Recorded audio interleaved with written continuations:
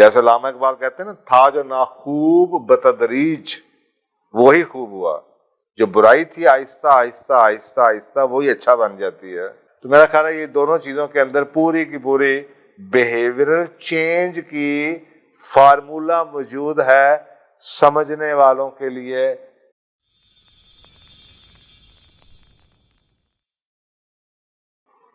کہ اللہ سبحانہ تعالیٰ خود کچھ نہیں کسی کی کو برائی کی طرف دھکیلتے، یعنی کہ اکثر اوقات ہم یہ سوچتے ہیں نا کہ جی بس ہو گیا ایسے،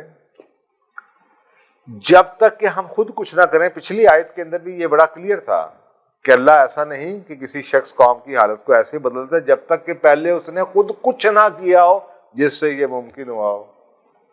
لیکن قرآن پاک میں آیات بھری ہوئی ہیں کہ اللہ سبحانہ تعالیٰ جس رستے پہ آپ چلتے ہیں، مثلا آپ کا ایک دوست ہے، وہ آپ کو ضد کر کر کے، یا آپ کا کوئی جاننے والا ہے آپ کو ضد کر کر کے ایک ایسی جگہ پہ لے جانے کے لیے کہہ رہا ہے جہاں پہ آپ نہیں جانا چاہتے، آپ کے بلیف کے مطابق وہ چیز غلط ہے۔ فرض کریں جی آپ کو نعوذ باللہ کسی شراب خانے میں لے جانا چاہ رہا ہے، کسی غلط کام کے لیے لے جانا چاہ رہا ہے۔ اگر آپ اس شخص کو نہیں چھوڑتے اور وہ یہ کہتا رہتا ہے آپ کو، تو ایک نہ ایک دن تنگ آ کے آپ شاید چلے جائیں، اور جب آپ چلے جائیں گے اب آپ کی زندگی میں تبدیلیاں آنی شروع ہوں گی۔ اور اس کو میں پہلے سورۃ النساء کی آپ کو آیت نمبر 115 کا ترجمہ سنانے لگا ہوں۔ اور جو شخص سیدھے راستہ معلوم ہونے کے بعد پیغمبر کی مخالفت صلی اللہ علیہ وسلم کی کرے اور مومنوں کے راستے کے سوا اور کسی راستے پر چلے، تو جدھر وہ چلتا ہے ہم اسے ادھر ہی چلنے دیں گے اور جہنم میں داخل کریں گے، اور وہ بری جگہ ہے۔ اگر آپ نے ایک راستے پہ چلنے کا اللہ نے آپ کو اختیار دیا، اگر آپ نے اس اختیار کو یوز ہی غلط کیا ہے اور آپ یہ سمجھنا شروع کر دیں کہ میرے لیے ٹھیک ہی ہوگا تو میں چل رہا ہوں نا، واقعی دیکھیں میں اکثر اوقات لوگوں سے کہتا ہوں کہ آپ نے کچھ نہ کچھ، گھروں میں لڑائیاں بھی ہوتی ہیں، گھروں میں بھی تعلقات خراب ہوتے ہیں، تو کوئی نہ کوئی ایسی بات ضرور ہوئی ہوتی ہے جو اس پہ ایک غلط، جیسے میں نے آپ کو پچھلے پروگرام میں سنائی، ایک راستے کا انتخاب کیا انہوں نے، اب وہ آپ کو پتا ہے کہ وہ غلط راستہ ہے، آپ نے اس کے باوجود اس غلط راستے پہ چلنا شروع کر دیا۔ جب آپ نے منہ موڑ لیا، اب اللہ سبحانہ تعالیٰ آپ کو نہیں روکے گا، اب آپ گمراہی سے اور گمراہی میں چلتے چلے جائیں گے، اور آپ کو کچھ ہی دیر میں وہ باتیں جو آپ کو برا لگتی تھیں وہ اب بری لگنی بند ہو جائیں گی۔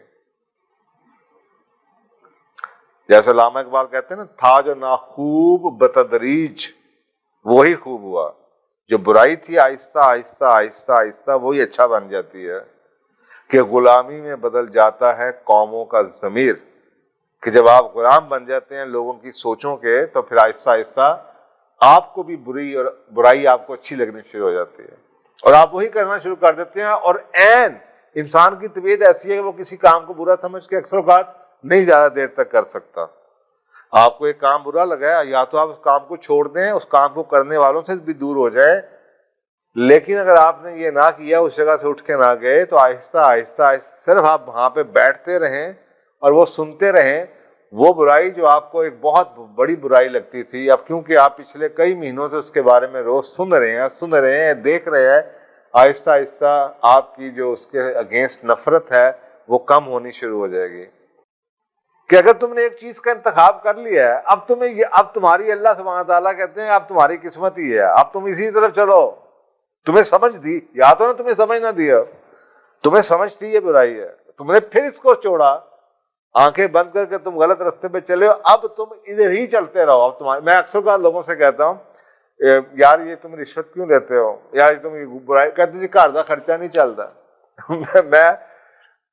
تو مجھے یہ آیت یاد آتی ہے کہ گھر کا خرچہ شاید اب واقعی ہی نہ چلتا ہو اگر یہ لوگ رشوت نہیں لیں گے۔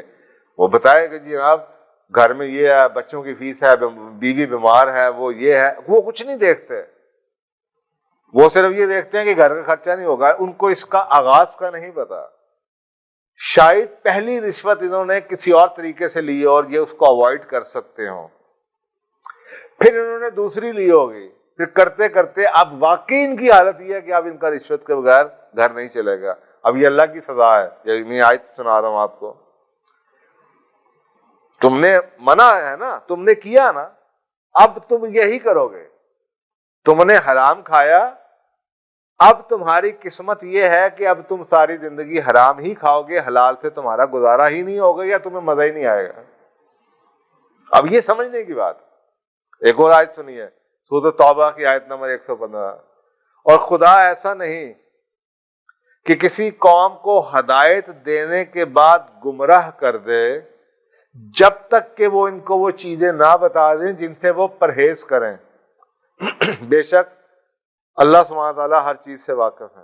اس کا مطلب ہے کہ اللہ یہ کہہ رہے ہیں کہ میں تمہیں جب ہدایت دی میں تمہیں گمراہ نہیں کروں گا جب تک کہ میں تمہیں ساتھ یہ بھی نہ بتا دوں کہ کن چیزوں سے پرہیز کرتے رہنا. اگر تم نے ان چیزوں سے پرہیز چھوڑ دی تو تم دوبارہ گمراہ ہو جاؤ گے اور پھر تمہاری ذمہ داری ہوگی، کیونکہ تمہیں صرف ہدایت دینے کے بعد یہ نہیں کہا تھا کہ یہ ساری زندگی تمہارے ساتھ رہے گی.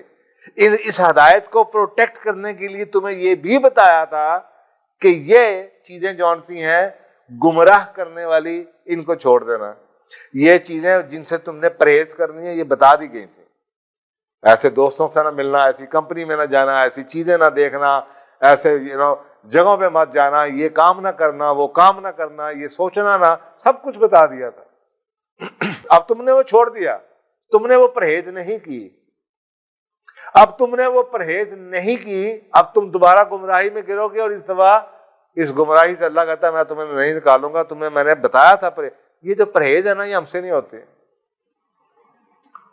یہ پرہیز جون سی نہیں ہوتی. یہ لوگوں سے چیزیں چھوڑتے ہیں اس کے بعد دیکھتے پھر شروع کر دیتے ہیں. کئی لوگوں کو میں جانتا ہوں، وہ یار بس میں نے تو اب یہ کھانا چھوڑ دیا ہے، میں ہوٹل شوٹل چھوڑ دی ہیں، میں اب جناب آرگینک کھانا کھاتا ہوں، میں تو دیسی چکن منگواتا ہوں.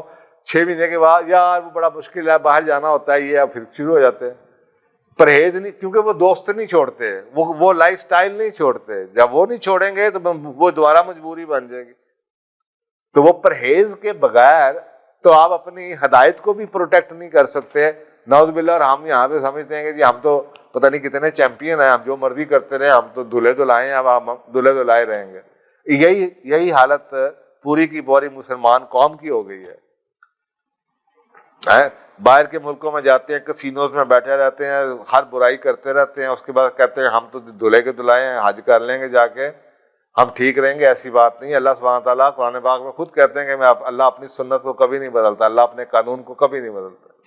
تو اللہ کا یہ قانون میں آپ کو پڑھ کے سنا رہا ہوں. یہ کہ میں آپ کو کوئی کسی کی تھیوری نہیں پڑھا رہا، کہ اللہ سبحانہ تعالیٰ نے کہہ دیا کہ میں نے تمہیں ہدایت دی، میں تمہیں گمراہ نہیں کروں گا، لیکن تمہیں یہ بتا دیا کہ پرہیز کس چیز سے کرنا. اگر تم نے پرہیز نہیں کی گمراہ ہوگے تم. اب پرہیز ہے، شادی شدہ ہیں آپ کی فیملی ہے، اللہ نے آپ کو بتا دیا، ہدایت دی، یو آر ہیپی اپنے گھر میں، آپ کو بتا دیا میاں بیوی کے کیا حقوق ہیں، میاں بیوی کے کیا فرائض ہیں، عورتوں کو کیا بچنا چاہیے، آدمیوں کو کس چیز سے بچنا چاہیے. اب آپ ان چیزوں سے پرہیز ہی نہیں کر رہے تو پھر دوبارہ گمراہی میں چلے جائیں. بار آپ کو سوچیں کہ آپ کی میں نے بڑی اپنی آنکھوں سے دیکھا کہ گاؤں دیہات کی ایک بچی تھی، بڑی 10-12 سال پرانی بات ہے، بڑی ایک باہر سے امریکہ سے ایک شخص آیا تو وہ کہتا تھا کہ میں نے کسی بہت پڑھی لکھی سے لڑکی سے شادی نہیں کرنے. تو میں نے نا کسی گاؤں والی سے شادی کرنی ہے. وہ جناب یہاں پہ 6-8 مہینے فیملی بیٹھی تھی، پھر کہیں سے ریفرنس سے ہوتے میرے جاننے والے تھے امریکہ. میں ان کو سمجھاتا رہا، میں کہ یار تم لے جاؤ گے تم اس کو اس ماحول کے اندر تو پھر یہ دیکھ لینا یعنی کہ یا تو تم ماحول بدلنے کو تم تیار نہیں ہو، اور اپنے کیونکہ تم نے اس ماحول میں ہی رہنا ہے.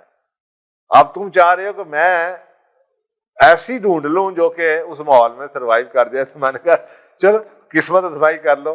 خیر وہ شادی کر کے چلا گیا، بڑی پردے والی اور یہ وہ اس کے بعد وہ جب وہاں پہ پہنچی، اس کی نیشنلٹی ہو گئی، اس نے جناب گاڑی شاڑی چلانی شروع کر دی، اور یہ کرتے کرتے کرتے آپ حیران ہوں گے کہ اس نے سیپریشن لے لی اور وہ روتا پیٹتا، وہ بچوں کو بھی لے گئی. تو میں آپ کو سمپل یہ بتا رہا ہوں کہ یہ ہے اس کے معنی کہ جن چیزوں سے پرہیز، ہم سے یہ پرہیز نہیں ہوتی، ہم خود نہیں وہ کرنا چاہتے، ہم بس وہ اللہ توکل کرتے ہیں، اللہ بھلا کر دے گا جی، اللہ بہتر کر دے گا جی، اللہ بچا لے گا، اور اللہ تو بچا لے گا، خود بھی کچھ کر لو جو اللہ تبارک تعالیٰ نے خود کہا ہو.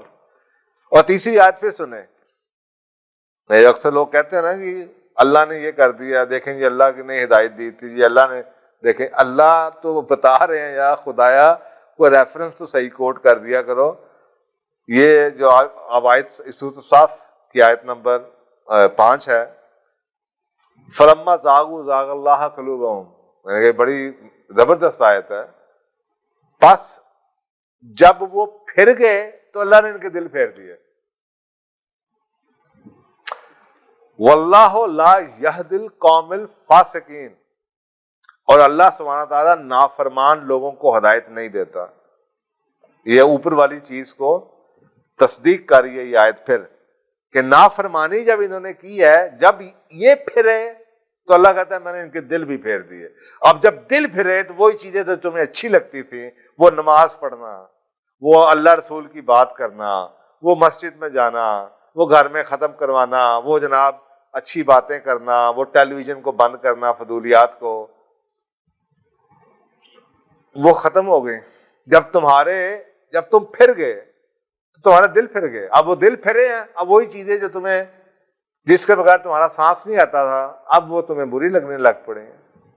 وہی شخص جس کو تم سمجھتے تھے تمہارا زندگی اس کے بغیر گزر نہیں سکتی، وہی شخص اب تمہیں برا لگتا ہے، وہی شخص تمہیں اب پاگل لگتا ہے، یا وہی شخص تمہیں اب جاہل لگتا ہے، یا وہی شخص تمہیں اب میڈیوکر لگتا ہے، یا وہی شخص تمہیں اب آرتھوڈاکس لگتا ہے، کیونکہ اب تمہارا دل پھر گیا، اب تم ماڈرن ہو گئے ہو، وہ تو ادھر کا ادھر ہی ہے.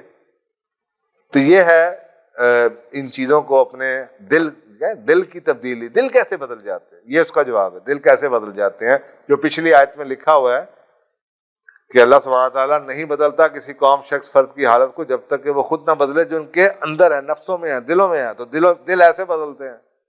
تو وہاں سے تو ایک سمجھ آ گئی کہ کچھ اندر سے بدلتا ہے، اور یہاں پہ بتا دیا اللہ نے کہ دل کیسے پھیرے جاتے ہیں ان کی حرکتوں کی وجہ سے. جب یہ آپ کچھ چھوڑ دے، کچھ سمجھتے ہوئے بھی کسی چیز کو آپ نہیں چھوڑنا چاہتے کہ جی بس یہ میں نہیں چھوڑ سکتا، یا یہ دیکھیں جی دوست یار تو نہیں چھوڑے جاتے، یہ کمپنی تو نہیں چھوڑی جاتی، نوکری تو نہیں چھوڑی جاتی، جو بھی چیز آپ کو لگے، یا سفر نہیں چھوڑا جاتا، یہ چسکا نہیں چھوڑا جاتا، یا سیریں نہیں چھوڑی جاتی، جہاں سے آپ کو پتا آہستہ آہستہ آہستہ آہستہ آہستہ آپ کے بلیفs بدل گئے ہیں کہ آپ اور کیا دیکھ رہے ہیں، ٹی وی میں کیا دیکھ رہے ہیں. آپ صبح سے لے کے شام تک ایک چینل لگا لیں، فرض کریں آپ پکے اینٹی طالبان ہیں، آپ ایک ہی چینل کو دیکھنا شروع کریں، شام تک آپ پرو طالبان بن جائے گا. آپ پرو طالبان ہیں اور آپ دوسرے چینلز دیکھ لیں جو کہ اینٹی طالبان ہیں، اور آپ سنتے رہیں، آپ کو لگے گا یار واقعی صحیح کہہ رہے ہیں. تو یہ ہے پرہیز کرنا، جس کو شاید ہم لوگ سمجھ نہیں پائے. طرف سے یہ آپ کو گواہی مل گئی کہ خود ہوتا ہے کچھ، ایسے نہیں کچھ ہو جاتا، خود ہوتا ہے، اندر سے کچھ ہوتا ہے. میں آپ کو یہ پتا چل گیا کہ اندر سے کیا ہوتا ہے. اندر سے وہی ہوتا ہے جو آپ کرنا شروع کرتے ہیں، آہستہ آہستہ وہ آپ کا اندر بدلنا شروع کر دیتا ہے. تو میرا خیال ہے یہ دونوں چیزوں کے اندر پوری کی پوری بیہیویئرل چینج کی فارمولہ موجود ہے، سمجھنے والوں کے لیے، عقل رکھنے والوں کے لیے، اللہ سبحانہ تعالیٰ کے کتاب کے اوپر پکے فیت یقین رکھنے والے. اس سے بڑھ کے بیہیویئرل چینج کا کوئی فارمولہ آپ کے سامنے نہیں آ سکتا. جزاک اللہ، دعا میں یاد رکھیے گا.